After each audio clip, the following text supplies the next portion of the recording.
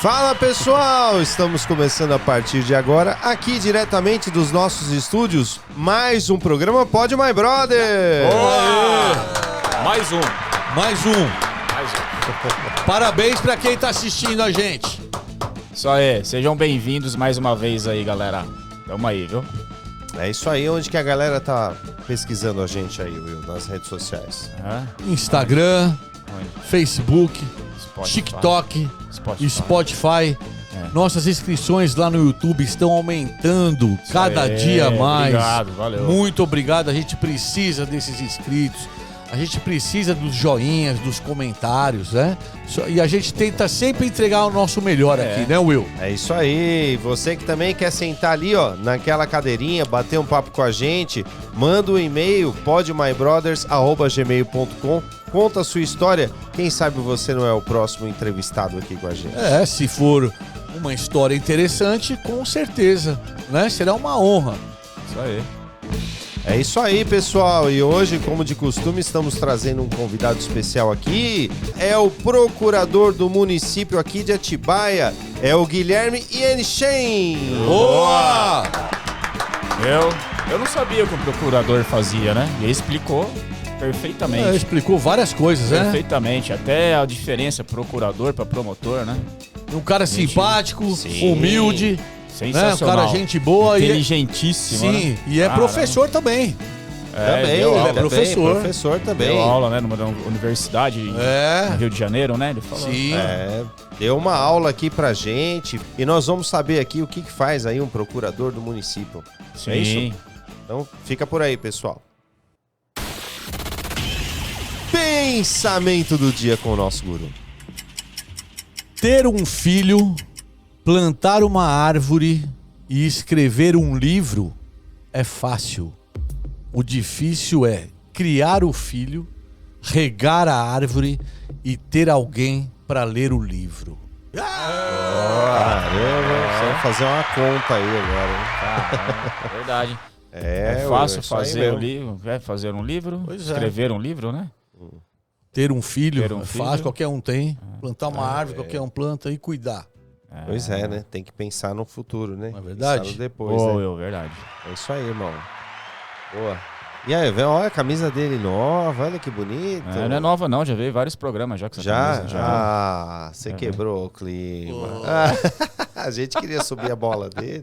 Não, essa daqui já é acho que o pessoal vai ver sexto aí. episódio que eu já vi com ela. Então. Ah, é? Você falou que qual é o efeito que ela dá na imagem mesmo? É, como é que chama? Maré. A maré. É, maré. Maré lá. É, turbo. E você, irmão, como é que você tá? Tudo bem? Eu tô bem, eu vim de camiseta nova, essa aqui eu tô Eu estreando. vi Tô estreando, também. né? Gostei, Olha aí, ó. Tô estreando, Gostei também. É Já jabá, falar a né? marca, porque não patrocina a gente. Ah, não né, é então- jabá. 4x4. Olha. Mentira, eu ganhei da minha Tá namorada. metido, hein? Ah, é? Ganhei. Ó, aí sim, hein? Beijo, amor. Te amo, viu? Olha aí, ó. Ô, Luizinho. Aliás, eu fui pra São Paulo, Ah. assisti o filme do Bob Marley. Pod My Brothers te mandou lá, isso que eu ia né? falar. One Love. Tô ligado. Você fez a Vocês exclusiva do patrocinaram, filme? esqueceram? Foi até com o carro do Pod My Brothers. Eles patrocinaram tudo, Olha. Entrei Pagou a lá. entrada? Você falou que Não, era eu falei que era do Pod My Brothers. Foi né, de mano? graça? Foi nada. Não? De graça. Ele falou que era do Foi Pod nada. My Brothers, aí cobraram. Aí Ia ser de cobraram. graça. Mas você não falou que o Bob Que Marley tinha uma já veio promoção. aqui, pô? Tá rolando uma promoção lá do Cinemark. É R$12, né? É a semana do cinema. E eu falei que era do Pod My Brothers, paguei 27 e pouco. Ah, olha aí, tá vendo? Já, Assistiu Bob Marley. One Love. Deu É. autógrafo lá no... Um pouquinho, né? Um pouquinho. Tem que fazer a social, né? Tem que ser... A hora que a plateia simpático, né? É, reparou no John Secada, você foi um alvoroço Nossa. no cinema, creio eu. deve Teve que ter parar o sido, filme, cara. Imagino. Teve que parar o filme porque o pessoal começou a reclamar, não conseguia assistir, todo mundo em pé, né? Então, Nossa, complicado, que né? sucesso. E o Bob Marley, ele fumava uma Vocês erva são mesmo do ou é só palhaço. mito? E aí, o que você achou É só do mito. filme? mano, não, fumava o tempo todo. Mas assim, eu assisti, achei muito bom o filme. Ele fala muito da questão que ele queria a paz, né, na Jamaica, porque tinha um conflito, né, de dois lados da Jamaica lá, tava tendo o conflito interno do país lá. E ele sempre foi do lado da paz, pregava, ele tentava passar a paz através da música dele. Mostrou muito isso, mostrou bastante a questão do atentado, né? Que ele teve, que o pessoal entrou lá na casa e meteu um tiro lá. O cara que estava na frente dele tomou 5 tiros, sobreviveu. E ele também tomou, pegou acho que no braço e no peito, mas sobreviveu. E depois desse ocorrido, falou da passagem que ele foi para a Inglaterra, em Londres, né? Que ele ficou um tempo lá, depois disso. Mas mais voltado por essa parte do atentado, eu achei que foi. Tinha muito mais coisa que poderia contar da história dele. Até o começo de carreira não contou muito, né? Mas assim, a mensagem que quis passar o filme foi legal, porque teve momentos que eu fiquei até emocionado, assim, tal. Chorou? Não cheguei a chorar, mas eu fiquei emocionado. Da questão do show que ele foi fazer, né? Que ele voltou pra África depois, pra Jamaica. Ele voltou pra Jamaica pra poder fazer o show e tal. E ali o povo, quando ele chegou, eu fiquei emocionado na parte que ele chegou. Porque eu via como o povo via ele como uma salvação, entendeu? Que era um ídolo que amenizava a situação que estava passando ali, entendeu? Na hora que ele desceu do avião, tal, o pessoal recebendo ele. Então você vê que ele era uma figura muito importante na época. Era um ídolo mesmo. Era um ídolo mesmo. Ele ajudava as pessoas, assim, ajudava os outros, ou isso aí não fala no filme? Ajudava. Tem um momento que a mulher fala que ela tava precisando de dinheiro, tal, para montar uma lanchonete, uma coisa lá que ela queria. Ele falou, dá uma atenção para ela ver o que ela tá precisando, tal. Ele fala sobre, ele tem uma passagem sobre isso. E o legal, né, desse show que ele foi, que ele conseguiu os dois lados, né, no palco conseguiu os dois dar a mão, os rivais, né? Foi um símbolo da paz ali para tentar amenizar a situação que estava passando no país lá. E a erva cidreira estava sempre presente ou não? O tempo todo, mano. Só aqui no cigarrinho o tempo todo, conversando e aqui, ó. O tempo todo, né? Sim. Tem muita gente criticando o filme, né? Tem. Que tinha que ter Mas muito mais com relação a coisas. isso? Não, que tinha que ter muito mais coisas, assim, referente à história dele, né? Passagens importantes e tal, que não teve ali relatos. E que elevasse mais o amor mesmo. Quanto tempo de filme, Luizinho? Foi quase 2 horas. Caramba, filme longo, hein? É longo. A produção é boa, assim? Você vê que é de qualidade? Eu achei que foi muito boa. Foi muito boa. De 1 a 10. 9. 9. Olha, então a dica é também boa, não foi, hein? mas eu gostei. Apesar das críticas que tem aí, eu gostei bastante. Mas as críticas estão em cima disso daí, de não ter falado mais histórias, assim, importantes que ele passou, principalmente o começo de carreira dele e tal. Entendi. Mas deve ficar muito longo também, tem que ver isso. Aí é o seguinte, tem que ser uma série. Vira uma minissérie. Sim. Uma minissérie. Queriam que falasse mais do começo, com o Peter Tosh, né, que ele começou a banda, e mais um outro integrante. E não falo, teve uma passagem muito breve, assim, entendeu? Entendi. E é isso. Gente pra criticar tem muito. Então tá no cinema. Tá no cinema já. Acho que já vai fazer acho que umas 2 semanas que já tá. 2 ou 3 semanas. Então logo já tá na internet já. Com certeza. Com certeza. Isso aí não tenho dúvida. Beleza, então, Luizito. Da hora, irmão. Da hora. Filme muito esperado. Vamos assistir, então. Aliás, faz um tempão que eu não vou no cinema, hein? Então, fazia um tempo que eu não ia também, cara. Aí da hora a gente falou, né? Você gastou muito falando nisso? Então, foi R$27 a entrada, né? E eu não quis pipoca, nada, mas aí minha namorada comprou pra filha lá, gastou 50 e poucos reais. Uma pipoca grande e um refri. 50 e poucos reais. Então vai um joguinho, né? Uma brincadeirinha com a família aí, 200 quase que vai embora, né? Vai. Contando estacionamento, né? Depois você vai passar na praça de alimentação, um McDonald's comer alguma final. Coisa. Pode pôr aí uns 250 conto aí. No mínimo. É isso aí. Por aí. E falando em série, Will, e a série do Senna já tá pra sair, não tá não? Tá. Tá sabendo de algum detalhe aí? Eu acho que final de março. Final de março? É. E é Netflix, né? É. É uma produção da Netflix, né? Sim, 6 episódios. Sim. Eu vou avisar aqui quando souber legal. as informações. Agora eu lembrei de uma coisa. O lançamento do filme foi no dia do aniversário do Bob Marley. Acho que foi dia 12 de fevereiro. Nossa. Faz o quê? Um mês, então. Não, nem isso. Não faz 2 semanas. Umas 2 semanas mesmo. Legal. 12 de fevereiro foi o lançamento, que era o dia do aniversário dele, que eles quiseram lançar o filme. Legal, Luizinho. Legal mesmo, da hora. E você, irmão, como é que tá aí o sucesso nos bares e restaurantes? Eu vou falar de uma dica musical aqui que a galera vai lembrar do cara, hein? Show de um dos cantores mais famosos de todos os tempos. Estou falando da turnê A Vida Tem Dessas Coisas, com o cantor Hit! Caramba! Ó. Esse é das antigas, hein? Ele Esse se apresentará nada mais, nada menos que na mega casa de espetáculos Tóquio Marine Hall. Essa casa tá cada vez melhor, hein? com as 40 atrações. anos de carreira, essa música tem 40 anos. Caramba! Vai fazer 41 anos essa música. E até hoje ele canta e ele consegue encher o Tóquio Marine Hall, que fica localizado na rua Bragança Paulista, número 1281, em São Paulo, com capacidade para quantas pessoas você acha que ele vai colocar lá nessa noite? Eu acho que umas 5 mil. Tóquio Marine Hall, quantas pessoas o Hit vai levar? 8 mil. 4 mil pessoas.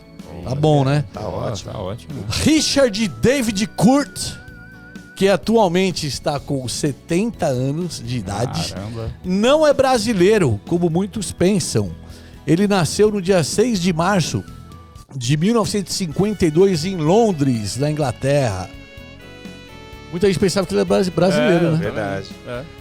Ele completou recentemente 50 anos de casado com a arquiteta Leda Zuccarelli, que lhes renderam 2 filhos, Lynn Kurt e Mary Kurt. Atualmente, o cachê do icônico cantor e compositor gira em torno de R$100 mil por apresentação. Caramba! E ele continua morando no Rio de Janeiro. Mora no Rio. Mora no Rio. Eu ia chutar uns 60 mil. Cenzinho. O cara tem 50 anos de casado sendo cantor. É raro isso, hein? Com certeza. É verdade, hein? Esse ama, hein? Os ingressos para esse Ela, né? show memorável já estão à ela. venda através do site eventim.com.br e será no dia 6 de abril de 2024. Já tá bombando de vendas. Eu entrei para ver. Vai ser um sábado, às 22 horas. Os valores variam de R$180 a R$500. Mais informações no site da Tóquio Marine Hall. Aí sim, Will. Vamos? Vamos? Bora! Bora! E se Bora. chegar lá e falar que viu aqui no Pode My Brothers? Fica 40% mais barato. Ao invertido, né? Mais caro. Ah, vai Não, ter mas gente que vai mais querer caro. cobrar isso aí, você vai ter que pagar, hein? Vai nessa. Depois a vai, gente fala vai. com o Hit. O Bonadinho vai entrar nessa também. Vai Aí. falar com o Ritinho. Quando eu nasci, ele já tinha 20 anos de idade, cara. Olha isso, cara. Olha. Eu lembro dessa música logo quando lançou. Isso aí As foi um músicas dele. sucesso estrondoso. Hit gravou vários sucessos, como A Vida Tem Dessas Coisas, Pelo Interfone, Voo de Coração e outros. Mas seu mega sucesso, Menina Veneno, foi o que alavancou sua carreira. Gravada em 1983, composta por Bernardo Vilhena e Hit. Tinha 2 anos de idade. Olha só. Caramba. Você vê que o que é um sucesso de verdade, né?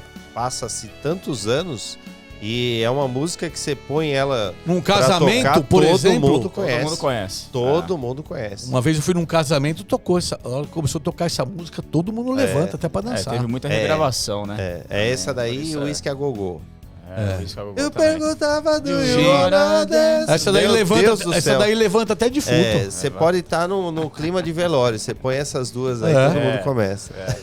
E a minha singela homenagem ao cantor será um trechinho desse grande hit que faz sucesso até hoje, mesmo após 40 anos de sua criação.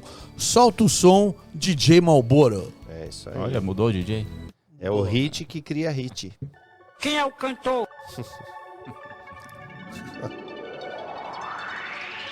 Ó, sem óculos ainda. Ó, essa ele sabe de cor. Não trouxe letrinha. não sei se eu sei, não. 51 anos cantando ela também. Pelo amor, né? Canta, Will! Meia-noite no meu quarto, ela vai subir. Ouço passos na escada, vejo a porta abrir. coreografia tem, né? Um abajur cor de carne, um lençol azul, cortinas de seda, o seu corpo nu. Menina veneno, o mundo é pequeno demais pra nós dois. E toda a cama que eu durmo só dá você, só dá você, só dá você, yeah, yeah, yeah, yeah. Caramba! Essa ele caprichou, hein? Essa foi boa, hein? No final foi sensacional. Caprichou mesmo, hein? Caramba! Valeu, Hit! Sucesso! Eu tô chegando lá também, hein? Tô com 32 anos de casado. É isso aí, bora assistir o Hit. Eu já assisti o show dele há muitos anos atrás, é bem legal, viu? Eu assisti muito naquela época que teve o encontro dos anos 80, o Kid Vinil. Vinil, caramba. O Léo Jaime. Como que era a música do Kid Vinil? Soul Boy. Soul Boy e Tique Nervoso. Tique, Isso tique me dá nervoso. tique Tique nervoso. Pode crer. Que morreu, né? Morreu Novo pra caramba. Morreu super novo. É uma época bem legal. E Figuraça. o show dele sozinho ainda numa casa dessa aí. Sim, é a melhor ele coisa tá que tem. bem. Olha as imagens, olha a foto do cara como ele tá. Tá mesmo. O cara é tá isso aí. bonitão, tá estiloso. É isso Grande aí. Hit, 70 anos, hein? Então, mano. Abraço, brother! É isso aí. Bora pro nosso convidado, então? Bora! Bora! Bora lá. Pode mais, brothers!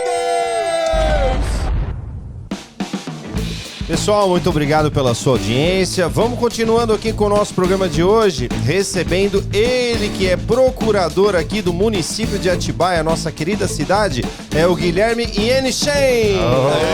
Seja bem-vindo, Guilherme. Muito obrigado por ter vindo. Eu que agradeço. Seja bem-vindo, amigo.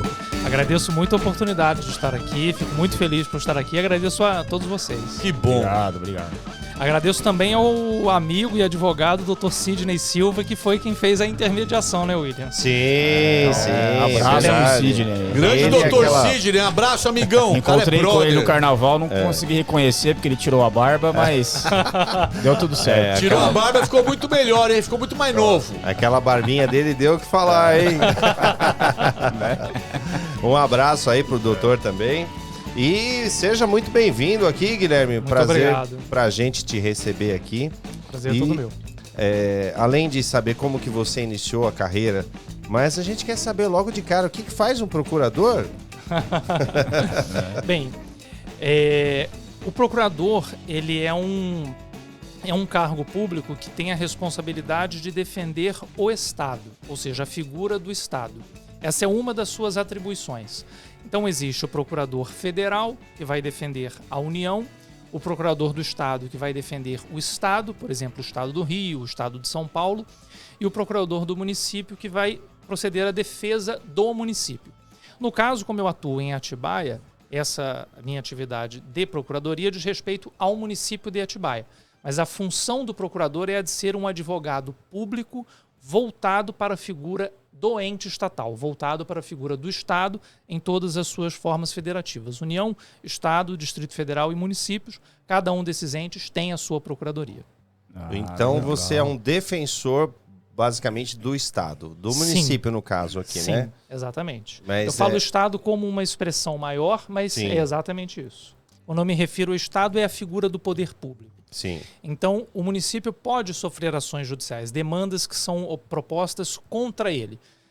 Demandas contrárias a cobranças tributárias, demandas postulando medicamentos, demandas postulando responsabilidade civil em razão de alguma ocorrência, por exemplo, um dano causado por um veículo do município. Então, em todas essas ações, a Procuradoria atua.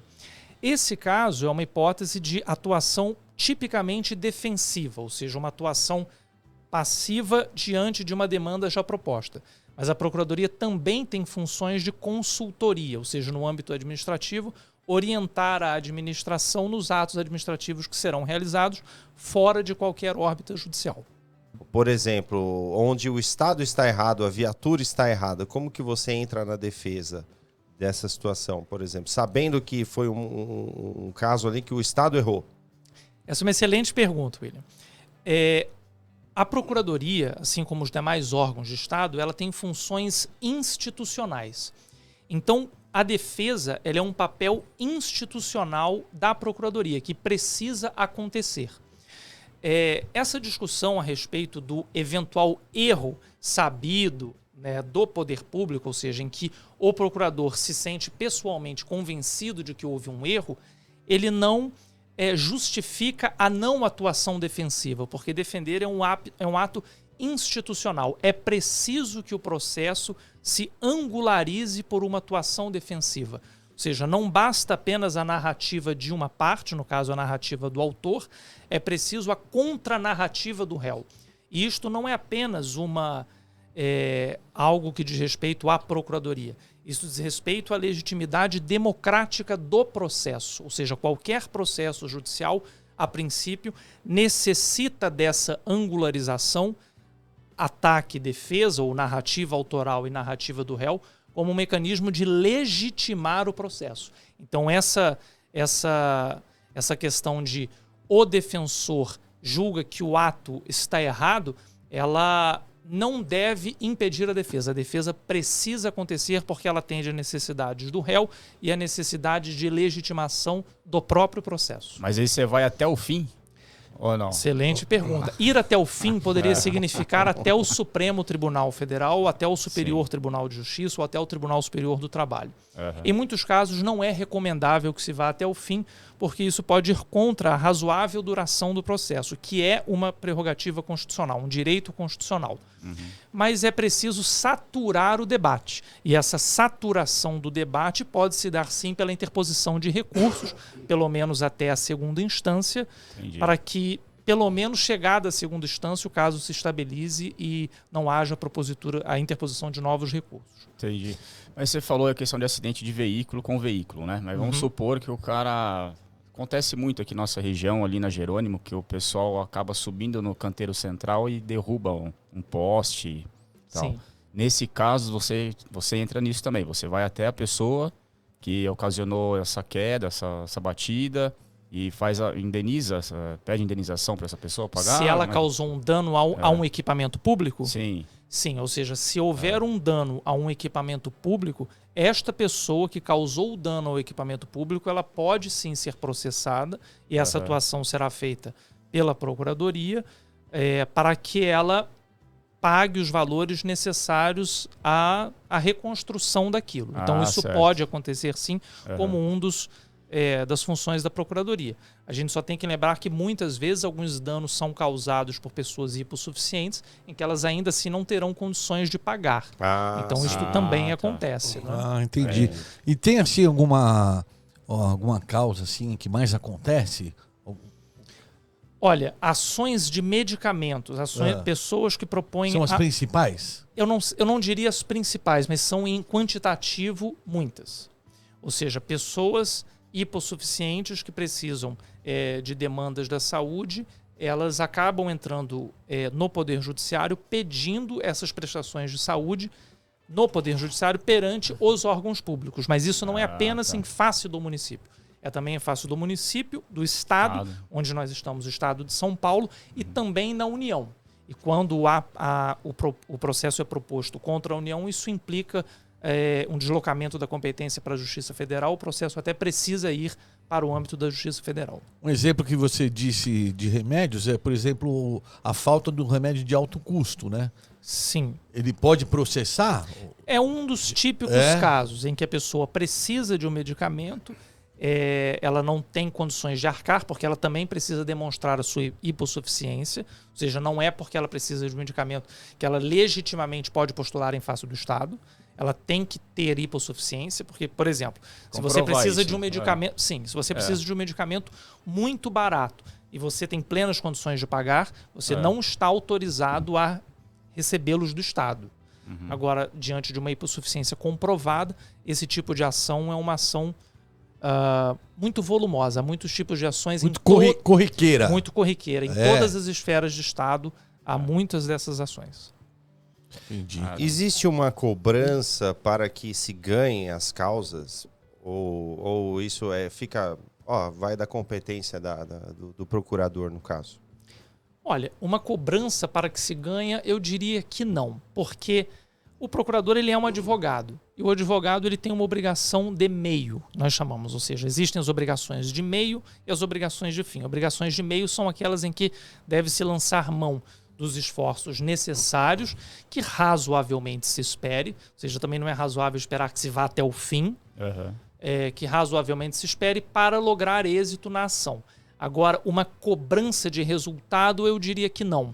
Acho até que uma cobrança de resultado poderia não ser saudável, porque não é possível garantir o resultado de um processo. Ele está exposto a inúmeras variáveis, desde questões de direito até a percepção individual de cada um dos agentes que atuam no processo. E tudo isso influencia. É mais lógico, então, que você faça a sua parte. Então, vamos dizer assim, você é cobrado para que você faça o seu melhor, não necessariamente a vitória, no caso. Não necessariamente a vitória. O Guilherme, não é possível garantir. Eu tenho uma dúvida também. Por exemplo, você está com o seu carro, tal, você trocou pneu, amortecedor, tá tudo bonitinho.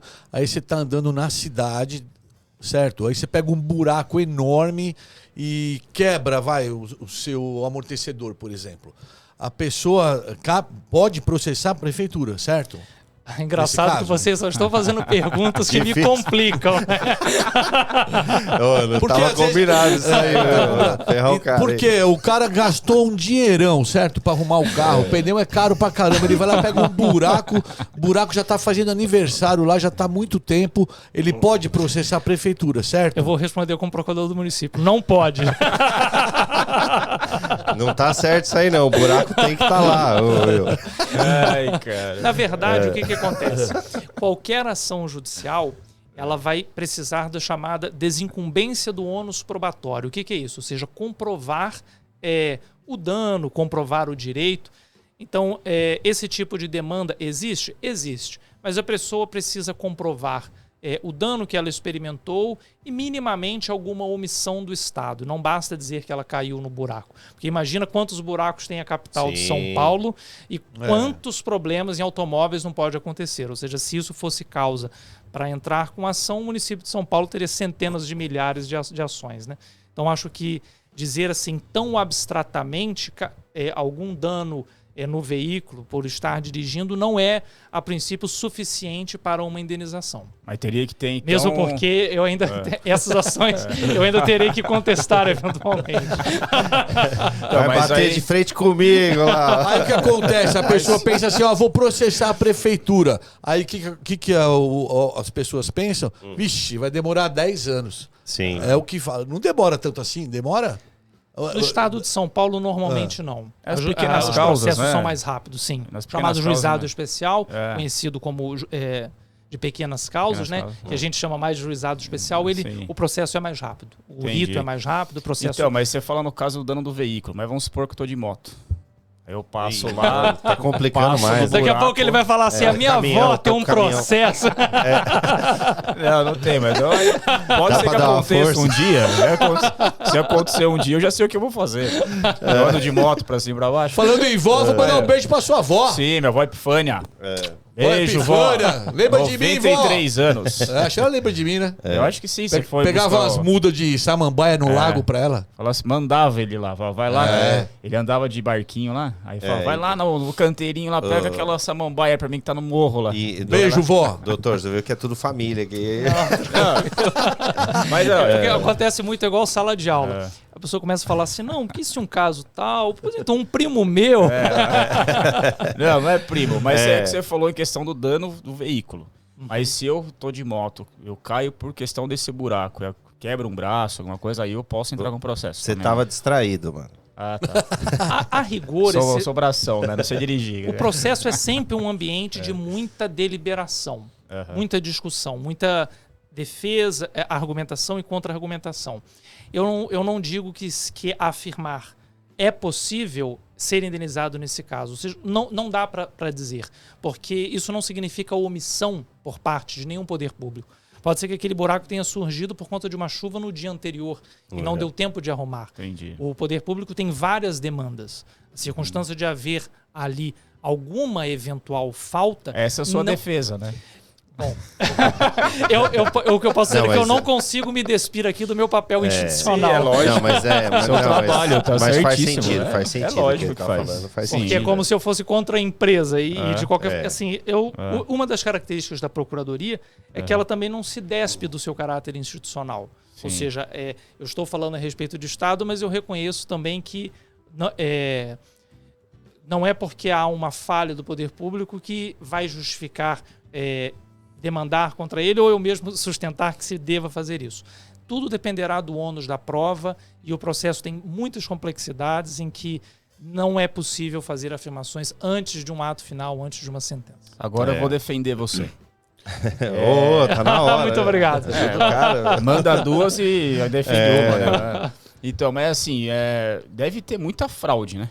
Questões assim de pessoas querendo se Tentativas, beneficiar de uma Ah, forma fraudulenta ali, o sistema, tal. Fraude talvez um tipo de argumentação em que force a existência do direito e que no momento de contestar, ou seja, no momento de defender o município, nós colocamos a argumentação para dizer que aquele direito não existe. Eu não chamaria exatamente de fraude, mas de uma forçação, embora algumas fraudes possam existir sim, e se a fraude for conhecida, ela expõe a sentença chamada ação rescisória, ainda que ele ganhe, no prazo de 2 anos a sentença pode ser rescindida e a pessoa perder o que ela ganhou se a fraude for conhecida. E a pessoa que se sentir lesada pelo município de alguma forma, e se quiser conversar, trocar uma ideia com vocês, por exemplo, ela tem algum lugar para ir aqui na cidade? Olha, existe em tese o SEJUSC, Sei. e é uma prerrogativa constitucional, que é o artigo 5º, inciso 35, que garante a todas as pessoas defenderem os seus direitos, ou mesmo uma ameaça a direito. O que ela pode fazer é entrar com uma ação na justiça. A conciliação nem sempre ela é obtida porque ela demanda prévia autorização legislativa, então normalmente a saída para um caso que não teve uma solução administrativa é mesmo o processo judicial, não tem um trocar ideia, por assim dizer. Sim. Doutor, a gente brinca assim, mas faz parte de uma realidade, né? Porque essas perguntas que a gente está fazendo são as perguntas que as pessoas, obviamente, estão em casa ou que passaram por essas situações querem saber, obviamente. E a gente entende também o papel do Estado, do município em se defender, faz parte de uma democracia, como você disse, né? Agora eu queria entender o seguinte, como que é o dia a dia do caso do procurador? Como que são esses casos? Como que chegam esses casos para vocês? Quantos vocês são para defender o município, no caso nosso aqui? E para quem vocês se reportam diretamente? Bom, o número, se não me engano, são 17 ou 18. Procuradores? Sim, sim, Só em Atibaia? sim. Caramba, Bastante, bastante. né?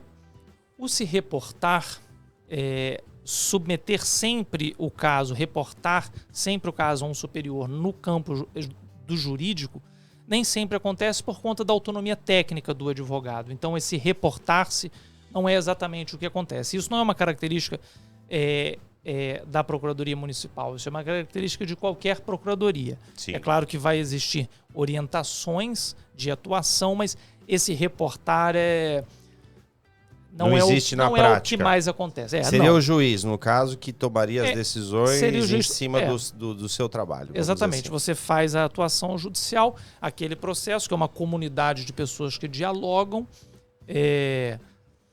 será alcançada alguma solução pela via da sentença. Sim. Entendi. Outra pergunta, a questão de procurador e promotor. Qual que é a diferença desses dois? Porque para mim é a mesma coisa, parece procurador, promotor, mas tem um... Eu vou tentar ser bem assim, para não ser muito dogmático, técnico. O promotor, ele é o servidor, o membro do Ministério Público, que é um outro órgão. Então, o Ministério Público tem os seus representantes e esses são os promotores de justiça. Os procuradores são aqueles que defendem o poder público. Então, o procurador é aquele que integra a advocacia pública de Estado. Na doutrina italiana recebe-se o nome L'Avvocatura dello Stato, ou seja, é a advocacia do Estado. Este é o procurador, ele atua defendendo os interesses da figura estatal e o promotor atua defendendo os interesses da sociedade. Em termos doutrinários, nós dizemos que o promotor defende o interesse público primário, que é assim reconhecido o interesse público da sociedade de um modo geral, e o procurador o interesse público secundário, que é o interesse do ente público como uma pessoa, os seus interesses fiscais, os seus interesses administrativos. Então essa é a figura do procurador. Então vocês vivem batendo de frente, promotor Vocês estão. e procurador. Eu tô vendo que vocês estão espertos. Vocês hein? devem brigar. Eu acho que eu tinha que ter porque treinado uma existe semana. conflito aí antes. de interesses. Sim. E até pegando essa pergunta muito boa, são funções institucionais, papéis institucionais. Então, por exemplo, quando você me pergunta a respeito de processos específicos ou casos, eu sempre vou me posicionar institucionalmente, ou seja, eu não vou falar que o município está errado, porque realmente não está, não dá para dizer isso. E o promotor, no seu âmbito institucional, acaba havendo conflitos. Não da pessoa do promotor e do procurador, mas nas posições institucionais dos órgãos, não entre as pessoas. Isso pode eventualmente acontecer, mas não é o recomendado e nem o que se espera. Mas institucionalmente, sim. O Ministério Público propondo uma ação, postulando algo em face do município, e esses agentes, de maneira institucional, conflitam. Isso acontece. Ah, imaginei isso. Isso acontece. E é normal. Normal. Isso é normal. Ou seja, isso é a realização da vida institucional do Estado. Acabou ali, você pode tomar uma cerveja com o cara ali que já... Espera-se que sim. Espera-se que sim. Teria que ser assim, né? Se não tiver mágoa, né? Respondendo de Sem maneira mágoa. teórica, sim. Não pode levar pro coração. Não. Então já era. E as audiências na prática, doutor? É assim que funciona também? Por exemplo, o promotor, ele também... A gente vê, principalmente os que têm mais repercussão, né? O caso promotor, né? Sim. Ele está defendendo ali e tal. E o procurador também participa dessas audiências? Quando o poder público está em um dos polos da ação, sim. A audiência, interessante, ela é um momento do processo em que se produzem provas ali.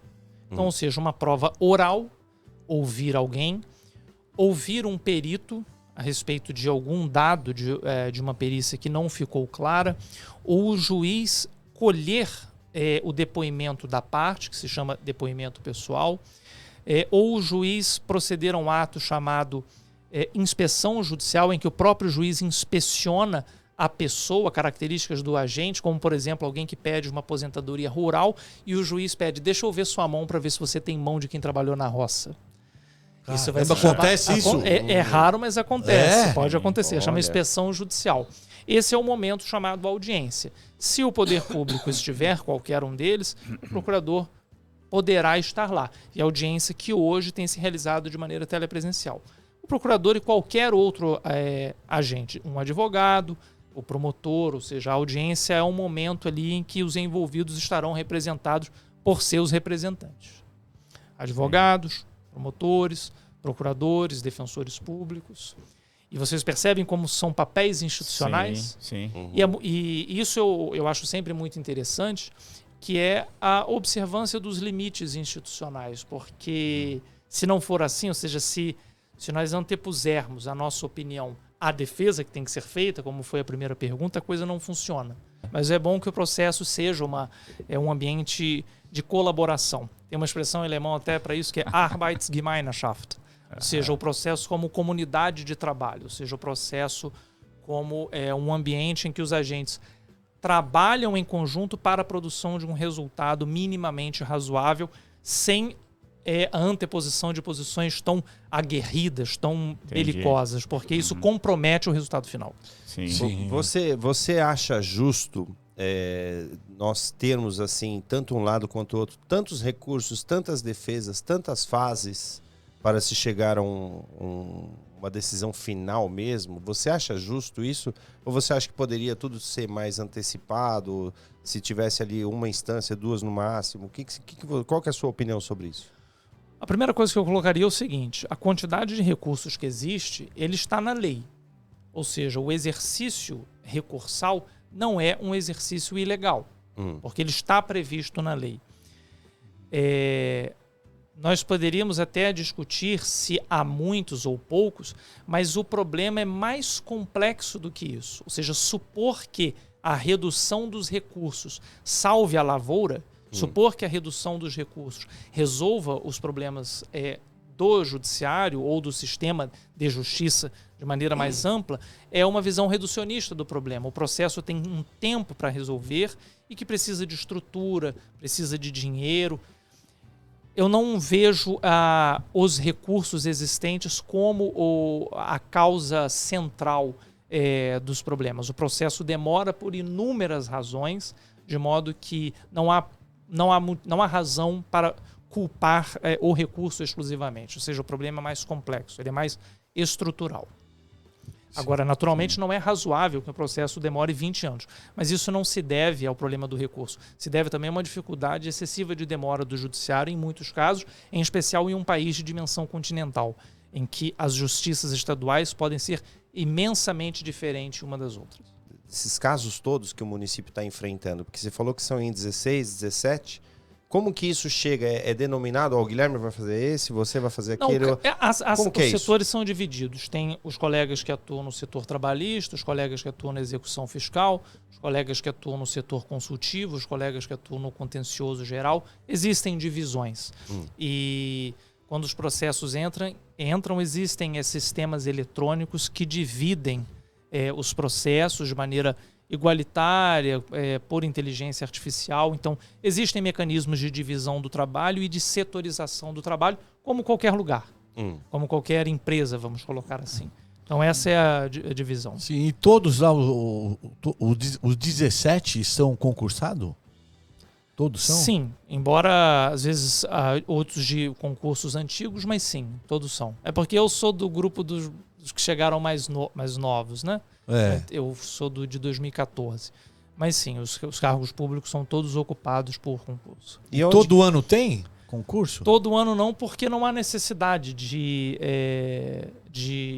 mudança dos quadros todo ano, de qualquer quadro, né? Aqui eu me refiro a qualquer quadro. Então a realização ou não do concurso depende da necessidade de mudança dos quadros administrativos. Deve ser difícil, né, Guilherme, para entrar, né? Tem que estudar muito. Eu acho que eu sofri bastante para passar, né? Porque concurso público é muito concorrido, né? Muito concorrido. Você saiu lá do Rio, né? Para quem não sabe, Sim. Você saiu lá do Rio de Janeiro e veio parar aqui em Atibaia. Eu fiz vários concursos, do qual o Atibaia foi um deles, né? Mas isso é uma realidade também comum no âmbito dos concursos públicos no Brasil. Ou seja, pessoas saírem de outros estados para fazerem provas em outros lugares, e talvez o exemplo mais emblemático disso seja Brasília. Brasília o Distrito Federal tem, enfim, muitos concursos, e lá se reúnem brasileiros de todos os cantos do país. Isso é normal. E, Gui, desculpa a minha ignorância, mas vocês têm uma sede onde vocês se reúnem para fazer as reuniões, ou trabalha tudo online? Como funciona isso hoje? Depois da pandemia, o trabalho online ele se aumentou, né? Não apenas por conta da pandemia, mas porque as estruturas de trabalho se digitalizaram. Mas a sede é aqui no município, sim. Assim como tem a Secretaria de Saúde, Secretaria de Educação, cada um tem a sua.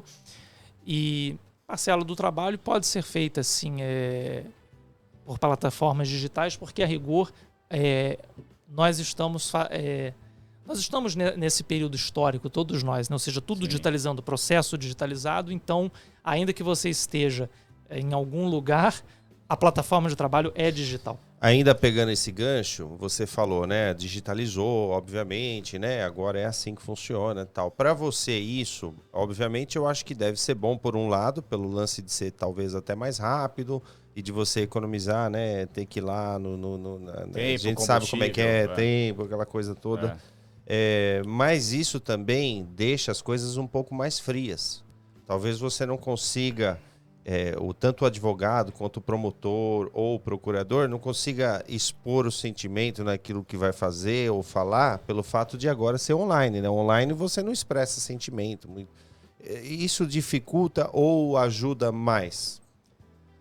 Excelente colocação. Olha, todos nós estamos vivendo períodos novos e que são períodos transicionais, ou seja, nós vivemos transições.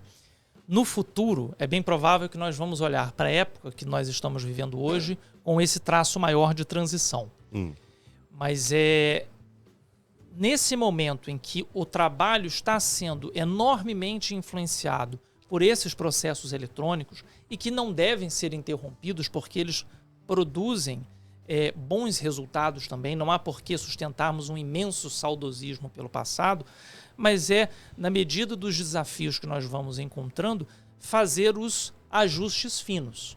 Não é dizer, não, vamos todo mundo para o que era antes do presencial. Isso é um anacronismo, ou seja, é tentar resistir ao que já existe. Mas são ajustes que precisam ser feitos. Eventualmente, audiências com caráter mais sensível, eventualmente envolvendo crianças, talvez possa ser feito de maneira presencial ou deva ser feito de maneira presencial como uma forma de se captar essas coisas que somente no olho a olho são feitas. Agora, também tem muitos atos que não precisam ser feitos, né? Imagina uma audiência em São Paulo para se deliberar alguma coisa que não é tão grave, você ter que obrigar a pessoa a se deslocar de uma cidade para outra para chegar à capital só para fazer um ato ali que em 40 minutos se resolveria. Sim. Online. Hoje as pessoas fazem pós-graduação online, cursos de graduação online, cursos internacionais online. Então essas realidades que nós estamos experimentando, nós vamos ao longo do tempo ajustando, todos nós. E necessidades de contato presencial precisam ser atendidas, mas eu acho que são transições que estamos enfrentando e aprendendo. Todos nós. Sim. É evolução, né? Faz parte da evolução, né? Faz parte. É o que você quis dizer, né? Não poderia evoluir de um lado e do outro não, né? Teria que estar também no meio dos processos, no meio do judicial também. Isso. Exatamente. É muito mais fácil nós estabelecermos um discurso racional para dizer que tal coisa deve chegar a tal ponto dessa maneira, mas na prática não é assim.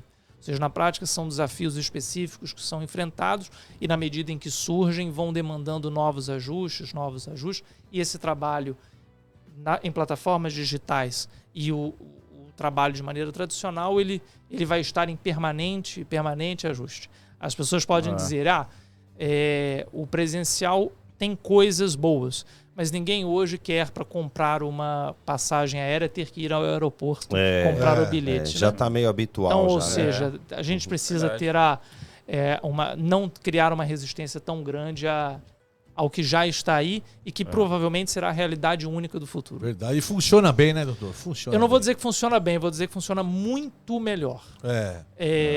Assim, depois que as coisas foram para plataformas digitais, a velocidade da resposta e o caráter de segurança dela é muito maior, porque não tem como correr do que está digitalizado. O sistema identifica tudo. Até eu tenho um professor que ele fala que o cristianismo vai vencer por maneiras muito pouco ortodoxas, que vai ser a tecnologia. É verdade. Mas é mesmo. Ou seja, as vias tecnológicas, elas incrementam muito o trabalho, não há motivos para crucificá-las, né? Ou demonizá-las. Eu usei o serviço do Sejusc, já é um meio para não ter mais um processo, para tentar diminuir, né, o trabalho. E agora estão fazendo online também. Então, eu tive que resolver um pequeno problema lá e foi uma audiência online. Muito melhor. Da cadeia? Não, quase. E outra, evita em muitos assuntos, né? Não, você parar pra evita pensar... constrangimento também, né? Sim, das partes, né? Sim, também isso. Mas você parar pra pensar, até trânsito, né? Que eu teria que pegar meu carro, deslocar até o centro, a pessoa, outra parte também, sim. O advogado também, então, assim, acho que melhora em muitas Agora coisas. imagina isso na capital São Paulo. Então. Você tem ideia, assim, de quantas audiências são feitas num curto período, assim? Porque evoluiu tanto, né, o lance online. Hoje, por exemplo, qual que é a porcentagem online e físico? Talvez 100% a zero. Sério? Então praticamente em muitos casos, zero? Em muitos casos no presencial é praticamente zero. Olha. Isso vai depender do tema. Isso não corresponde à minha atuação, mas às vezes audiências que envolvem coisas muito complicadas, como violências contra crianças, que isso não envolve o meu trabalho, mas Sim. violências contra crianças, muitas vezes elas são feitas de maneira presencial. Até acho que é mais humano que seja feita de maneira presencial. Sim. Mas audiências em que não há temas com grandes sensibilidades, elas são todas no Tudo online. tudo online e funciona muito bem. Sim. Doutor, 10 anos atuando como procurador do nosso município. Qual 7. foi o seu maior desafio? 7 anos. Qual foi o seu maior desafio até hoje? E se ganhou ou perdeu?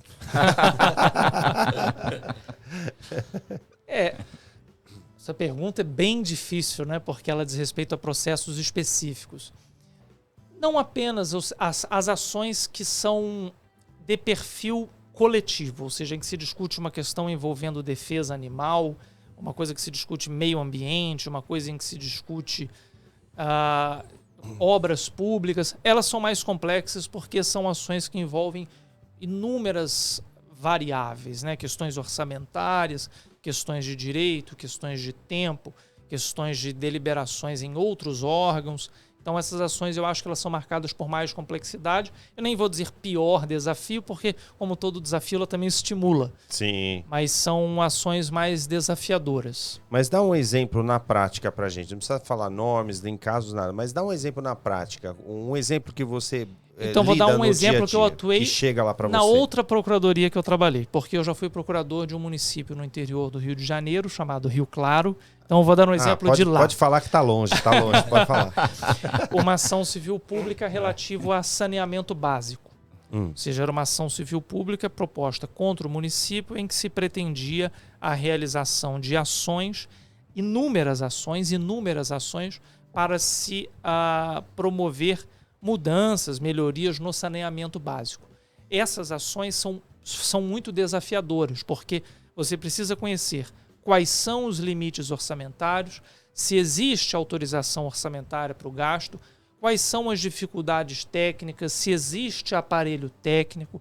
Você precisa entender que a sentença também, eventualmente, sendo condenatória, também precisa ser limitada para que ela não figure como um título executivo ilimitado, em que a partir dele se possa fazer qualquer postulação e o caso não tenha um controle racional. Por exemplo, uma sentença que diga resolva o problema. Essa sentença é uma sentença complicada, porque ela não trouxe diretrizes e ela também vai ser fonte de um outro palco de conflitos. Porque ela não disse faça A, B, C ou D. Em que você fiz A, fiz B, fiz C, D, terminou. Ou seja, essas são ações complicadas porque você vai lidar com inúmeras variáveis, desde o ato de produção da sentença até a sua execução. Esses processos, para mim, são os mais desafiadores e na primeira procuradoria que eu atuei eram um exemplo de saneamento básico. E levou muito tempo pra resolver isso? Eu saí de lá e o processo não havia acabado. Caramba. Vamos dizer que todos esses casos têm que ser finalizados através de um juiz, obviamente, né? Quantos juízes nós temos aqui, ou se funciona mais ou menos a conta básica por município, ou não necessariamente tem que cair com alguém do município? Como é que funciona isso na prática? Eu creio que existe assim, alguma conta populacional do tribunal para saber a quantidade de necessidade de varas. Aqui há 4 varas cíveis. 4 varas cíveis, uma vara do juizado especial comum, uma vara do juizado da infância. Essas são basicamente as que eu atuo. As outras que são varas... Eu não tenho muito conhecimento a respeito das varas criminais porque não corresponde ao meu trabalho. Mas acho que eu atuo são 4 varas cíveis e duas varas que correspondem a juizados. Mas eu acho que há outras varas criminais também na cidade. Mas aí nós estamos falando de quantas pessoas, mais ou menos? Cada vara um juiz. Cada vara um juiz. Então, pelo menos 6 juízes. 6 juízes atendendo a cidade. A demanda da cidade... A demanda dessas varas. Nessa situação. Dessas varas. Da cidade toda eu desconheço, eu não sei quantos são. Mas os que usualmente eu atuo, uma vez a gente falando de setorização, os que eu atuo normalmente são 6. 6 juízes que correspondem a 6 órgãos judiciários diferentes. Legal, hein? Aí numa decisão, ele... Você vê que eu já tô rouco, né? Quer mais água? Não, eu fico rouco fácil. É. Eu fico rouco fácil. Hoje nós estamos colocando ele na parede, coitado. Tá dando nem tempo pra respirar. Né? Não, mas é muito interessante. Eu acho que é um trabalho que é importantíssimo, né? As pessoas têm que saber do que se trata, né? Tanto o procurador quanto o promotor, o advogado, são papéis diferentes em locais diferentes, atuando em trabalhos diferentes, né? Então a gente tinha realmente curiosidade de saber como é que funciona essa logística toda. Porque eu imagino que você também deva ter lá os principais casos, vamos dizer assim, isso aqui já é meio que habitual, sempre chega.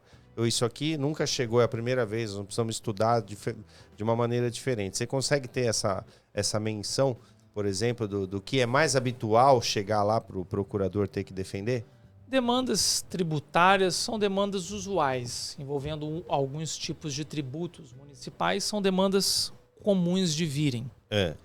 E tipo também o quê? IPTU, reclamações, essas coisas? ISS, ou seja, demandas que envolvam tributos municipais são demandas ordinárias. Mas também existem ali, de vez ou outra, ações que logo são identificadas como ações singulares ou ações de um valor expressivo que chamam a atenção e que precisam ali de uma análise específica delas.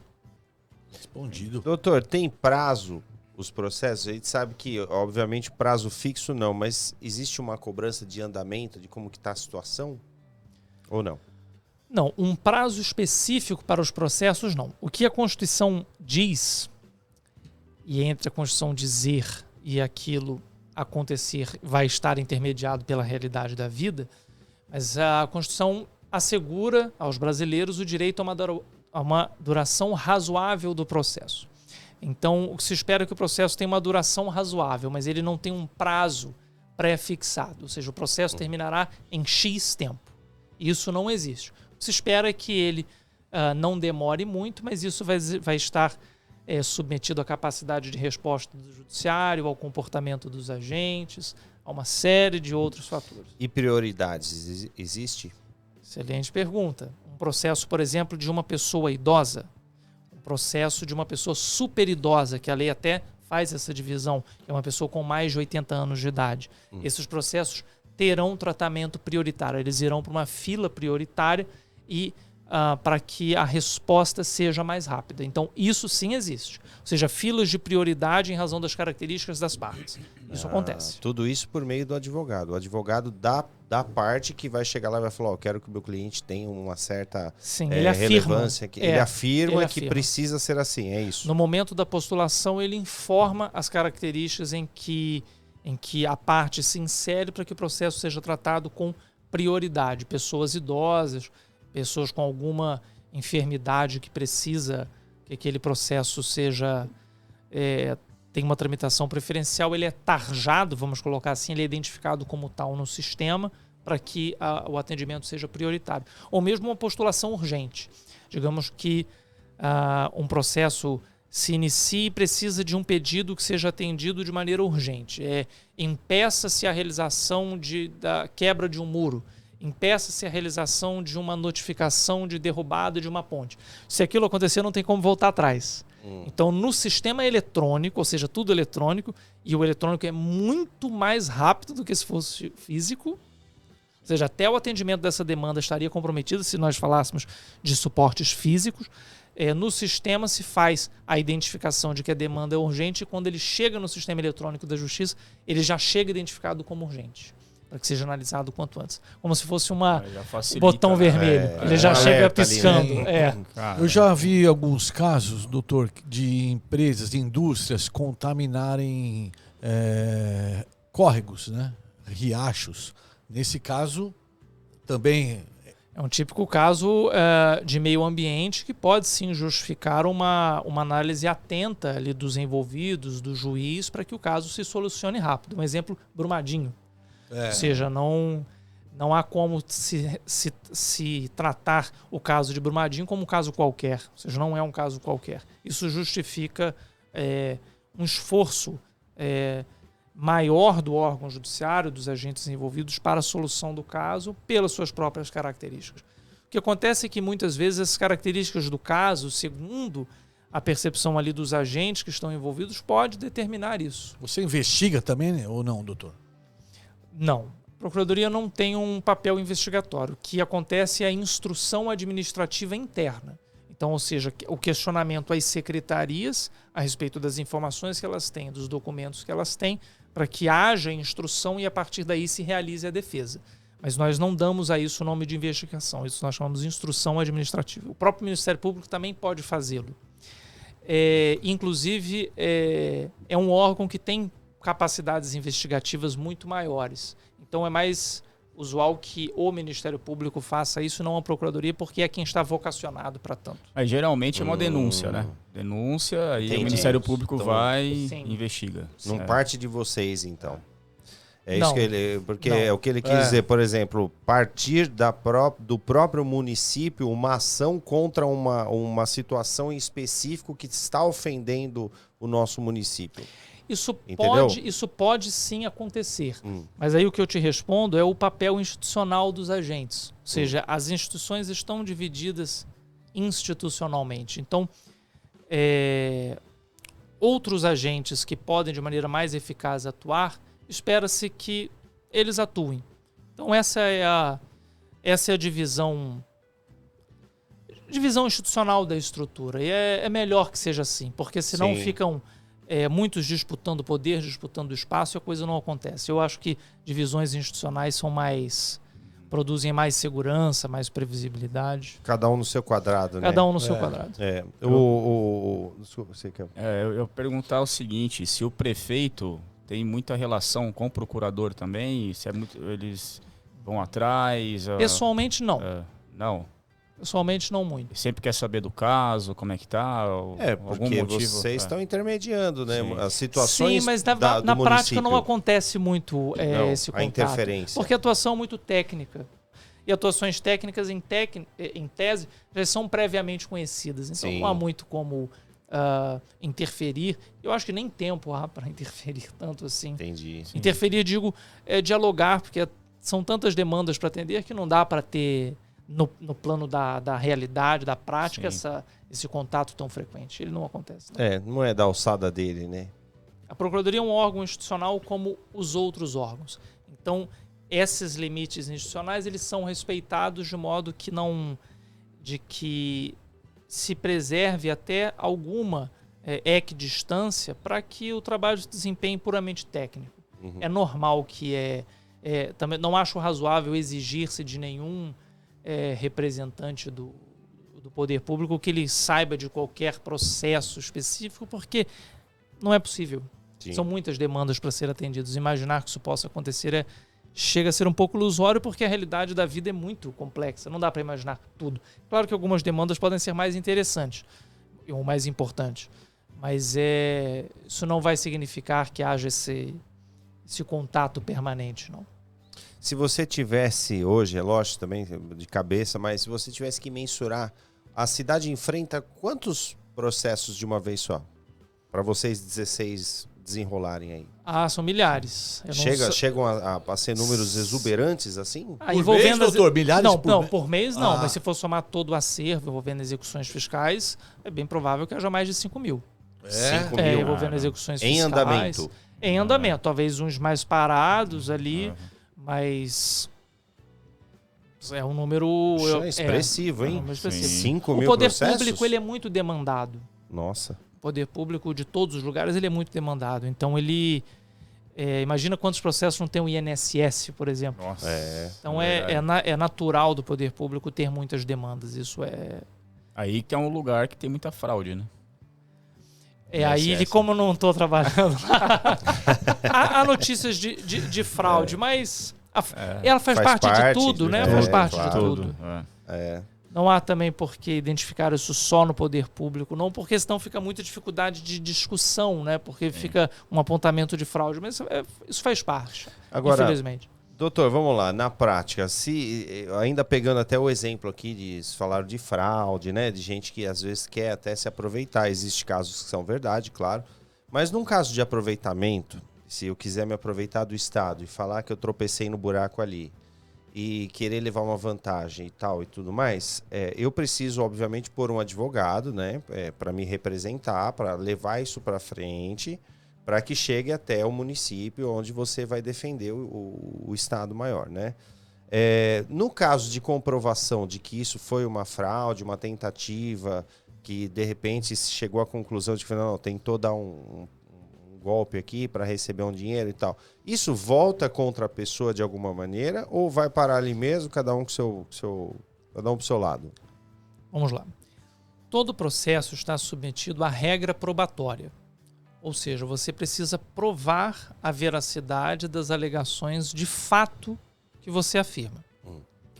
Se ao longo dessa instrução probatória, se ao longo desse processo ficar comprovado, evidente, de que houve uma tentativa ou um uso do processo para fins ilegais, para fins escusos, além de a parte poder ser processada criminalmente, ela pode ainda ser condenada civilmente como ato atentatório à dignidade da justiça, ou seja, ela pode sofrer multas civis e uma persecução penal, e, além disso, ainda que ela ganhe na sentença, essa sentença fica submetida a um prazo rescisório, ou seja, ela pode perder, ou seja, a propositura de uma ação rescisória para rescindir essa sentença por efeito da utilização do processo para fins ilegais, para fins fraudatórios, e ela sofrer penas tanto de cunho civil quanto de cunho criminal. Ou seja, as duas coisas podem acontecer. Imagina como atrapalha, né, o andamento das coisas, Sim. um cara desse aí. Sim. E tem, né? Tem cada uma. Tem. E esse pode, depende de quem? De vocês?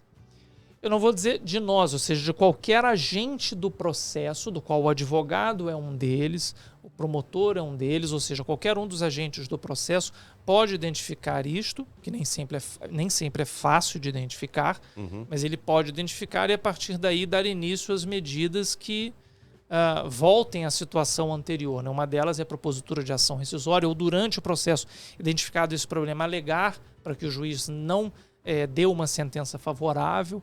O processo é muito dinâmico. Então, muita coisa pode acontecer ao longo da sua vida e, inclusive, num prazo posterior, que é o prazo rescisório. O processo é uma dinâmica dialógica como a nossa. Sim. Ou seja, nós estamos aqui dialogando. E, às vezes, um fala uma coisa, o outro fala a outra, o outro acrescenta uma coisa, a gente pensa isso, pensa aquilo. O processo não deixa de ter essa dinâmica dialógica. Então, é assim. Onde o bom senso tem que prevalecer, né, doutor? O bom senso tem que prevalecer. E no Embora direito- tenha uma lei de Murphy que diz que o bom senso prevalecerá apenas quando esgotarmos todas as outras possibilidades. Né? Mas é bom que o processo seja guiado pelo bom senso. Sim, é verdade. Sempre, né? Sempre. Em todos os aspectos. Em todos os aspectos. Ou seja, nós não podemos nos esquecer de que ali é uma discussão humana. Sim. Ou seja, por ser uma discussão humana, é bom que ela seja travada em ambientes de igualdade, em ambientes de respeito, consideração e, sobretudo, entender que lidar com problemas de Estado é lidar com problemas complexos e que não há como mudar a vida como um rei Midas, né, em que se supõe tocar nas coisas e torná-las ouro. A realidade da vida é complexa ou seja, a todo tempo estamos enfrentando essas complexidades e o processo não deve se desviar desse ambiente dialogal, desse ambiente de debate. Sim, mesmo porque estamos evoluindo, né? Cada ano Sim. que passa. Sim, eu acho isso muito importante porque isso diz respeito à legitimidade democrática do processo. Por que eu digo isso? Hoje se fala até em um coeficiente democrático das famílias, ou seja, o pai considerar o filho, ou se a gente for considerar...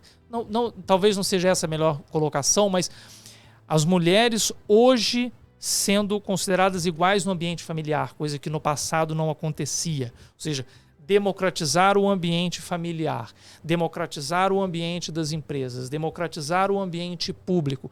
Esse movimento de democratização, ele também precisa desembocar no processo. Para dizer, ou seja, vamos realmente entender quais são as necessidades, quais são as possibilidades, quais são as missões institucionais, quais são as expectativas que se debruçam sobre cada um deles para, nesse ambiente dialogal, podermos conversar. Se de antemão a gente já se coloca numa postura de guerra, por isso eu me pus essa Sim. expressão, numa postura de beligerância, o diálogo não acontece e a Não. solução também não Verdade. acontece. Verdade. E, doutor, a gente percebe que você domina, gosta do que você faz. Como que como que você se interessou, achou do determinado concurso específico para procurador? E eu quero saber quais que são os seus próximos passos. Você pretende ficar na carreira? Porque eu vi que você gosta de prestar concurso, né? Você é o chamado concurseiro, né? Você Vai mesmo ser falou, juiz, né? hein? Vai ser juiz. Vai ser juiz ou não?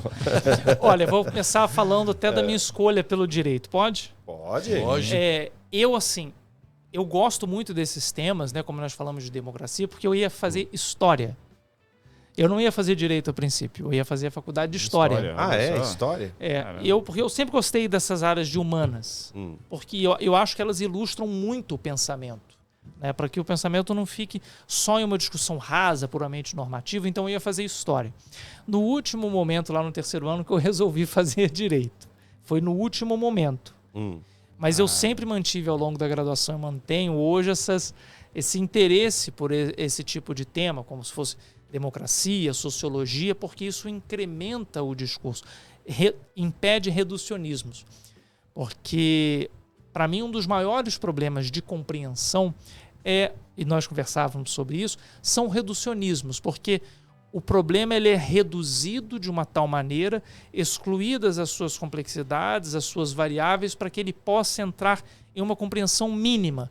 Mas quando ele entra em uma compreensão mínima, normalmente ele entra em uma compreensão errada. Ou seja, simplifica-se a tal ponto de se chegar a uma resposta equivocada. Há uma frase de um escritor muito famoso, chamado Amos Oz, em que ele diz que a simplificação é a causa de todo ódio. Porque, ou seja, nós simplificamos de tal modo questões complexas, simplificamos, reduzindo as suas características, de modo que aquela simplificação produz o ódio, produz a incapacidade de diálogo, porque aquela redução transformou o problema em outra coisa menor e equívoca. Eu acho que isso acontece muito no processo e faço esse alerta para que, ou seja, não aconteça isso. Para que compreendamos o processo como uma outra etapa da vida em que é necessário saturar o debate, produzir saber, produzir conhecimento, produzir linguagem. O processo se realiza dessa maneira. E no que se refere à atuação, para mim foi a partir do estágio. Eu fiz estágio na Procuradoria durante a graduação, me interessei e acabei estudando para os concursos da Procuradoria. Eu também reprovei em algumas fases de concurso de juiz, 2 vezes, assim, um pouco mais avançado. Juiz de Direito no estado do Acre, em que eu reprovei lá na sentença penal. Perigoso, hein? Lá, hein, mano? É bem diferente daqui. Bem Você diferente. foi lá, doutor? Fui lá. Caramba. Estive lá 2 vezes. Lá eu reprovei bem perto de passar. Foi na sentença penal, a próxima fase seria a fase oral e praticamente última já. E recentemente para juiz no Pernambuco. Eu cheguei a reprovar. Vai continuar tentando? Não sei, ainda estou nessas dúvidas ainda. Por que é tão difícil na prática, assim? Vamos dizer que... Concurso? Especificamente o de juiz aí. Por que o que é tão mais... Eu acho que são muitas matérias, mas eu também tenho minhas próprias críticas a respeito desse imenso volume de matérias, porque eu acho que isso é uma característica não só de provas, mas da vida atual. Eu acho que hoje nós somos sociedades que produzem tanta informação que produz uma poluição informacional. Ou seja, essa hiper quantidade de informações que produzimos, ela acaba figurando como poluição. Talvez algumas provas chamadas de tão difíceis seja por conta dessa hiperpoluição informacional que talvez seja interessante discutirmos até que ponto elas humanizam ou não. Eu tenho uma opinião sobre isso, né? Não é uma crítica, é uma opinião e é minha opinião. Eu acho que quem tem o poder na mão de decidir coisas sobre a vida dos outros teria que ter uma espécie de humanização obrigatória no final do aprendizado antes de entrar na prática, eu acho. Então, por exemplo, o cara que vai decidir se tá certo ou errado, se o filho vai ficar com um ou com outro, ele não pode ir basicamente só em leis. Ele tem que ter o sentimento daquilo que está acontecendo, ele tem que se doer por aquilo, ele tem que ter a humanização daquilo. E é o que, na maioria dos casos, a gente não vê. Se colocar no lugar da pessoa, né, quando Will? você entra numa sala do juiz, é uma coisa tão formal, que você mesmo, como cliente, não entende. E aquela pessoa está decidindo sobre a sua vida, uma coisa que só você sabe que você passou. Então não é fácil também. Eu já fui em audiências onde decisões foram tomadas por mim ou por pessoas próximas a mim que eu não concordei e achei aquilo uma injustiça muito grande. Porque tomou-se a decisão como se fosse só mais uma situação mediante 10, 12, 15 que ele tem por dia. Então, é a minha opinião. Simplificou a sua dor, Exatamente, é o que você falou. A polarização, onde você pega uma situação e enfia num funil onde vai passar todo mundo por ali. E é o que eu acho errado, entendeu? Sim, mas é isso mesmo. Ainda tenho tempo para falar? Claro. Claro que tem. Eu acho assim que, como na vida, nós falamos muito da habilidade de falar, mas talvez seja uma das mais importantes a habilidade de ouvir.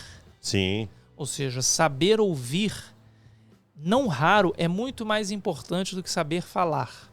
Também acho. Então, porque a disposição para falar, ela pode reduzir de tal modo a disposição de ouvir que ninguém se ouve. Então, o processo, ele não é só um ambiente de fala. O processo é um ambiente de escuta. Uhum. Então, eu acho que é a capacidade de ouvir. E um caso que eu atuei, que me chamou muita atenção, e vocês veem que a todo momento eu falo em missão institucional dos intérpretes, limites institucionais dos agentes. E eu, na minha vida pessoal, tento seguir isso muito, né? Ou seja, na minha fala, eu sempre fui... Não me esqueci dos limites institucionais, mas uma vez eu peguei um caso de uma... Eu era procurador do município de Rio Claro e vieram, doutor Guilherme, tem uma moça querendo falar com você. Eu já logo pensei, bom, isso não é meu, não deve ser da minha atuação, mas eu vou ouvi-la. Você falou em humanização.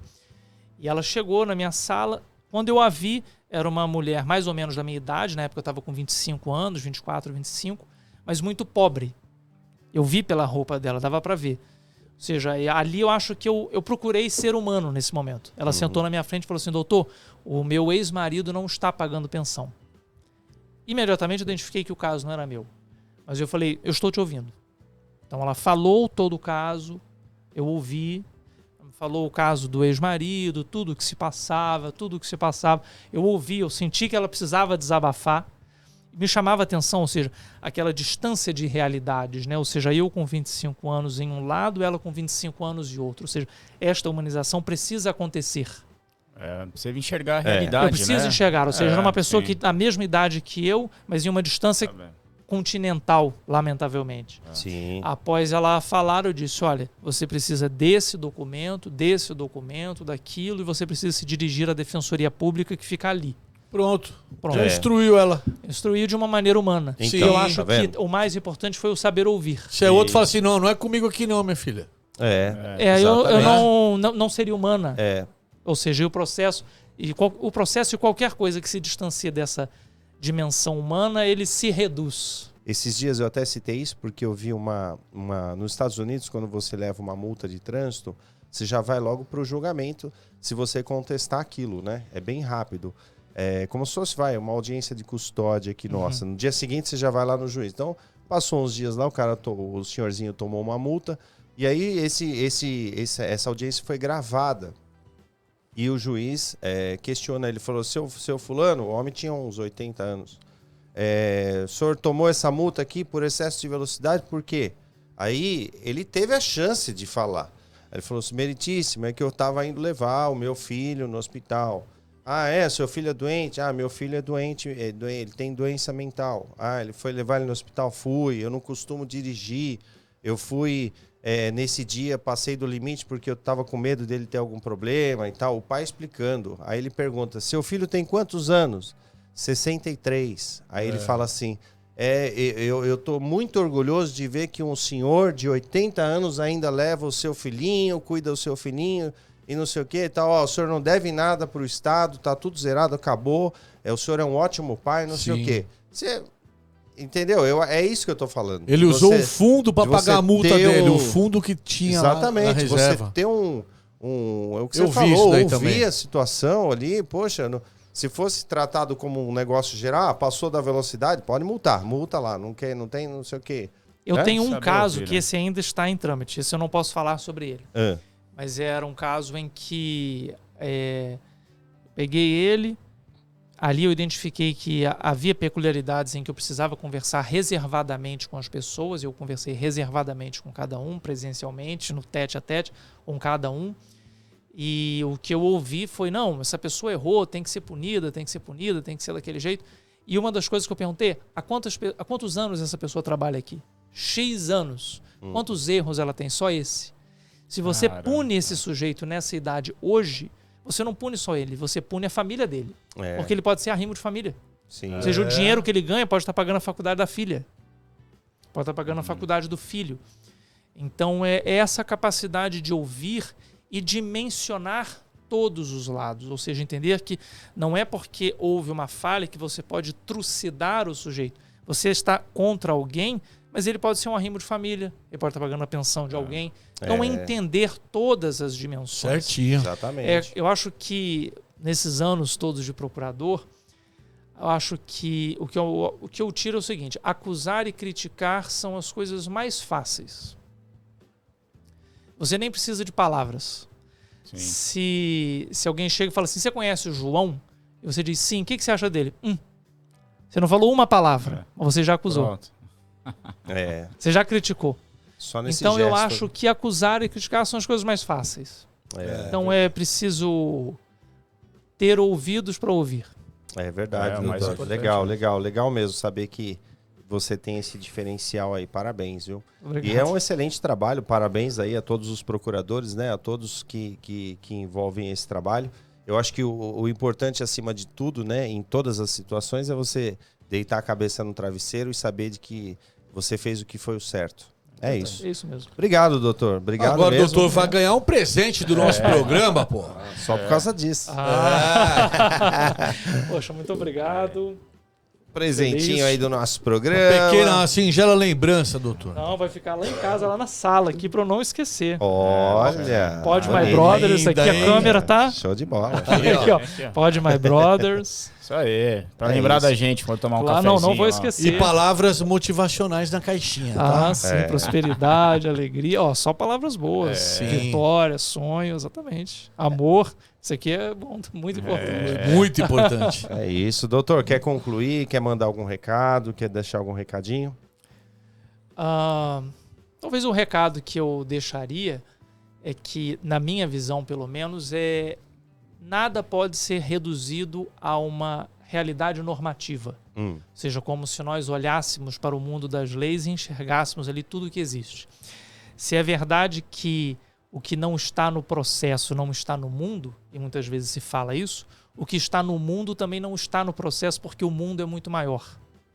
Então, termos essa capacidade de ouvir e essa abertura para várias áreas, entender que, como o ambiente processual é marcado por pessoas, existem ali manifestações psíquicas, ou seja, traumas, recalques, violências, fraudes, mentiras. Ou seja, ali estão manifestações humanas. Então, é entender que a realidade do trabalho processual não deve se distanciar da vida. E entender ali que existe psicologia, existe amor, ou deveria existir, e tudo isto influencia a vida das pessoas. Ou seja, a mensagem é não acreditar que olhar para a lei seja a forma de resolver tudo. É preciso olhar para o humano individualmente e para a lei como um dos seus elementos de solução. Isso, Perfeito. exatamente. Boa. É isso aí, doutor. Ótimo, doutor. Obrigado, viu? Parabéns, viu? Eu que Parabéns. agradeço. Um prazer Obrigado. enorme tê-lo aqui isso. com a gente. Eu que agradeço. É Muito isso obrigado. aí. Obrigado, viu, doutor? Guilherme. Foi uma honra aqui pra gente. Quem quiser conhecer um pouquinho mais sobre o trabalho dele, no Instagram, @Guilherme Yenchen. Tá Exatamente. aparecendo aí pra você na tela. Tem que É isso. aparecer, porque senão não vai conseguir. E já vou dar um recado aí pros Yenchen. 17 parceiros dele se inscrever no nosso Pod My Brothers. Boa. Beleza, isso aí. galera? Se inscrevam lá no YouTube. Tá bom? Isso aí, gente. Acompanha o Pod My Brothers, que é muito bom, viu? Eu aprendi muito aqui com eles. Me apertaram um pouco, mas eu aprendi bastante. Você saiu bem, saiu bem. Você que é um grande professor, a gente que aprendeu muito com você hoje. Verdade, verdade. Obrigado, viu? Guilherme. Obrigado mesmo. E você, vai mandar uma piadeta pra nós embora? Cara, Vai. Me contaram uma piadinha essa semana aí que eu achei muito bacana. Ixi, olha lá, hein? O cara comprou um barquinho, né? Um motor e tal, e saiu pelo mar aí, né? Foi passear. E foi bastante mar adentro mesmo. Aí ele tava olhando uma ilha assim, ele viu um pirata, cara. Aí ele falou, eu não acredito, cara, um pirata. O cara com perna de pau, gancho, tapa-olho. Caramba. Ele falou, cara, eu vou chegar lá. E foi chegando perto do cara, o cara começou a fazer assim e tal, né? Aí ele chegou perto do cara e falou, você é um pirata de verdade, cara? O cara falou, não, eu tô perdido aqui, ainda bem que você apareceu, cara. Eu tô aqui faz mais de 30 dias, ninguém me acha. O cara ficou meio desconfiado, né? Falou assim, mas e essa perna de pau aí? Ele falou, você não acredita, eu fui nadar aí outro dia, um tubarão veio e comeu minha perna, cara. Aí eu tive que fazer um improviso aqui com uma árvore e tal, e eu fiz essa perna aqui pra mim. O cara olhou assim e tal, né?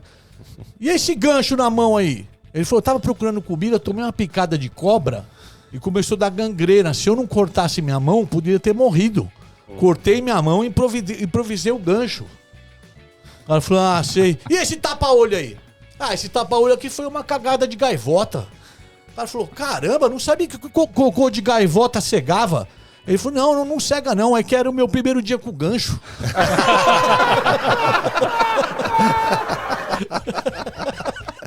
Tava perdido, coitado. Caramba, hein, mano. Essa foi boa, hein? Valeu, rapaziada. Tudo entre um mês. Que Um aconteceu, grande abraço. Nos sigam em todas as redes sociais. Comentem, xinguem, dê bronca na gente. A gente lê tudo, pode ter certeza. Com certeza. Tá bom? Um grande abraço e até o próximo episódio. Valeu, galera! É isso aí, pessoal. Muito obrigado pela sua audiência. A gente vai ficando por aqui. Semana que vem estaremos de volta com mais um programa Pod My Brothers. Valeu. Vamos lá. Falou, galera. Valeu.